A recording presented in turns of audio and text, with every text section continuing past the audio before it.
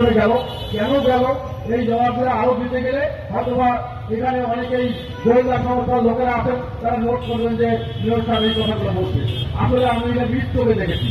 আমি সেই সময় এই ক্রান্তিকালে আমি ঢাকায় ছিলাম, আর ঢাকায় যারা বিশাল ঘাতক বেঈমান যারা আপনার দলে আপনার ডানে বামে ছিল, তারা এই ষড়যন্ত্রের সঙ্গে জড়িত ছিল। আমি সেগুলো সম্পর্কে আপনি সজাগ থাকবেন। দরকার হলে সবগুলোকে ছেড়ে ফেলে দেন। সব এই পুরাতন চিহ্নিত যারা দালাল চিহ্নিত যারা দল ধ্বংসকারী দিয়েছে সবগুলোকে সরাই দিয়ে নতুন করে যাত্রা শুরু করেন। আমরা আপনাদের সাথে আছি।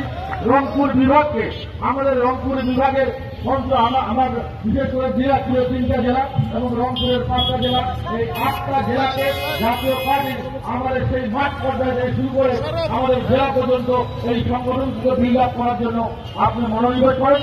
ইনশাআল্লাহ আপনারা এইটাকে ভিত্তি ধরে আগামী দিনে সারা বাংলাদেশে জাতীয় পার্টির একটা ব্যাপক উত্থান ঘটবে বলে আমি মনে করি। আমরা আমাদের শরীরে আমাদের রক্ত আমাদের সব বেঈমানের রক্ত নাই।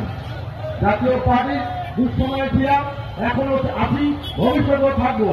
এটা আমাদের কমিটমেন্ট। আমাদের সন্তানেরা জাতীয় পার্টি করবে।